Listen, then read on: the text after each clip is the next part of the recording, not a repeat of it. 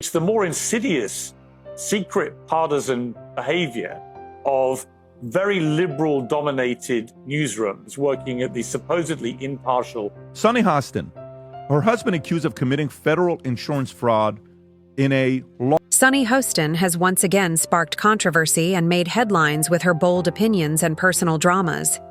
This time, she's at the center of a storm that's got everyone talking. Let's dive into the moment that's been making waves. Donald. Trump's interview with Fox News' Bret Baier. While the entire interview was already turning heads, there was one particular moment that caused shockwaves across both the political and entertainment worlds. Trump casually remarked that he doesn't see his vice president, Senator J.D. Vance, as his successor or the clear frontrunner for the 2028 presidential race. It was as if he'd thrown a grenade into the political arena. And of course, the ladies of The View wasted no time jumping into the fray, making sure the fallout was felt far and wide. He's doing something a little bit more diabolical, if I'm being honest. Representative Andy Ogles, a Republican of Tennessee, on January 23rd, just 3 days after Trump was inaugurated, already proposed amending the 22nd Amendment to allow Trump to serve a third. On the February 11th episode of The View, the panel wasted no time dissecting Trump's eyebrow-raising remarks, with their usual fiery takes. Sarah Haynes kicked things off with a more analytical approach, suggesting that Trump's comment came from his love of competition. Haynes theorized that Trump operates with a free market mindset, believing that the best man should win. Just like when he backed J.D. Vance in Ohio, he values loyalty, but he also wants people to fight for his attention. He's not simply handing out the crown. It was a diplomatic take, but of course, the conversation didn't stop there. Enter Sunny. Hostin, known for her no-holds-barred political commentary. Sunny took the discussion to a whole new level with a theory that likely left the audience, and perhaps even her co-hosts, stunned. I think he's doing something a little more diabolical, if I'm being honest, she began, her tone serious. She referenced a lesser-known proposal by Representative Andy Ogles to amend the 22nd Amendment, which limits presidential terms. With dramatic flair, Sunny suggested that Trump might be plotting to secure a third term in office. He doesn't want to name a successor because, in his mind, he's his own successor, she declared. Why name someone else when I could just stick around? The idea was so over the top that it sent ripples through the studio, with co-host Joy Behar audibly gasping and saying, "Oh, come on!" Point. If she were a liberal, self-made millionaire migrant model who speaks 5 languages, she'd have her name on a federal building right now, no? Sunny wasn't finished yet. She went on to discuss the challenges of amending the Constitution, noting the difficulty of getting approval from 2/3 of Congress and 34 states. But with a hint of ominous speculation, she suggested that Trump might find ways to bypass the system. He could just try to stay in office, she added, her voice tinged with mock dread.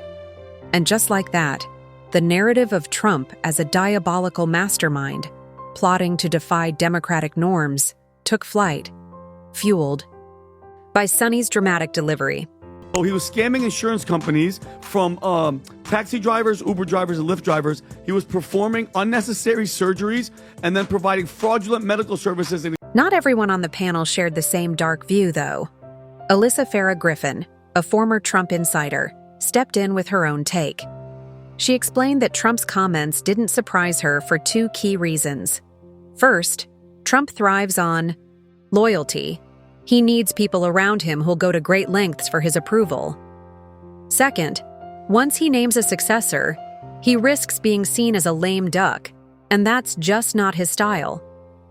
Alyssa also speculated that Trump might be leaving the door open for his children to carry on the family legacy. This suggestion prompted a loud groan from Joy, who quipped that she hoped it wouldn't be the kids.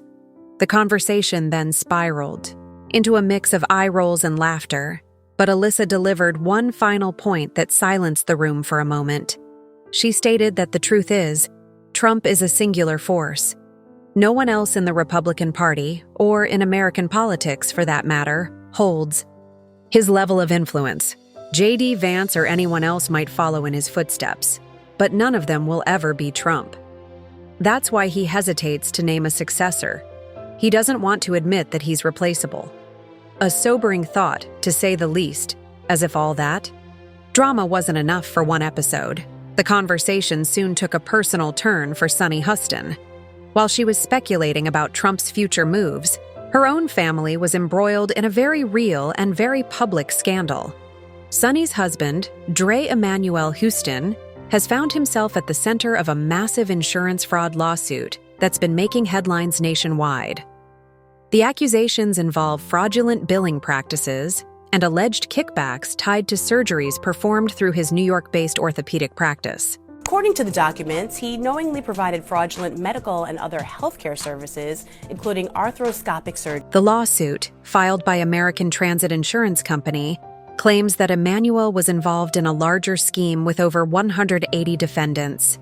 The allegations suggest he performed unnecessary surgeries on patients, particularly rideshare drivers for companies like Uber and Lyft, and then billed the insurance company for exorbitant amounts.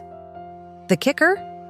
The company is demanding a staggering $450 million in damages, making this the largest RICO case ever filed in New York. To put that into perspective, it's bigger than any mafia-related case. The timing couldn't be worse for Sunny, who is often the first to criticize others for ethical lapses. Insiders say the scandal has become a major topic behind the scenes at ABC News, with some questioning how Sunny can continue weighing in on legal and political ethics without addressing her own husband's situation. But Sunny isn't staying silent. Outside the studio, she fired back in a passionate statement, defending her husband. She accused American Transit of orchestrating a disgusting media smear campaign against her family, calling it a desperate attempt by a near-bankrupt insurance carrier to avoid paying for legitimate medical procedures. They are using my celebrity status to poison the well of public opinion, she declared.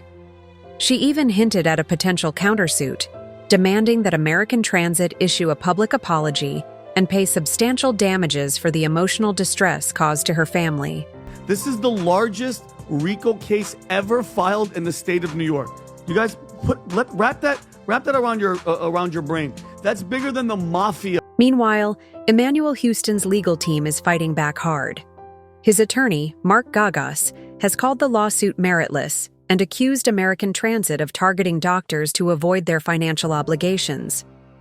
This is a blanket scattershot lawsuit designed to intimidate healthcare providers, Gagas said, adding that Hostin did nothing wrong and they intend to prove it in court. True to form, Sunny didn't hold back either. Addressing the issue on other platforms, she described the lawsuit as an attack on hardworking doctors and criticized the healthcare system for making it difficult for physicians to get paid for their services. My husband operates on people in pain, whether they have insurance or not, she said. And now he's being penalized for doing the right thing. It's outrageous. The legal battle is far from over, and it's clear that Sunny isn't backing down. But the controversy has undoubtedly cast a shadow over her role on The View, where she's built a reputation as a moral compass of sorts. Can she maintain that image while her family is embroiled in a scandal of this magnitude? Only time will tell. But one thing is certain, Sunny Hostin is not one to shy away from a fight. And speaking of fights, there's another storm brewing. Rumors are swirling that Senator John Fetterman, a rising Democratic star, is planning to sue Sunny and The View producers over comments made during a recent episode. What's behind this latest legal drama? If you thought things couldn't get more chaotic for Sunny Hostin, think again. Just as the dust begins to settle on her husband's legal issues, another storm is brewing. This time involving a lawsuit from none other than Democratic Senator John Fetterman. Yes, you heard that right. The outspoken Pennsylvania senator, known for his penchant for taking on big players, has decided to take legal action against Sunny and The View producers. And let me tell you, this is no ordinary courtroom squabble. This legal battle could reshape the conversation about media, accountability, and how far is too far when it comes to public commentary.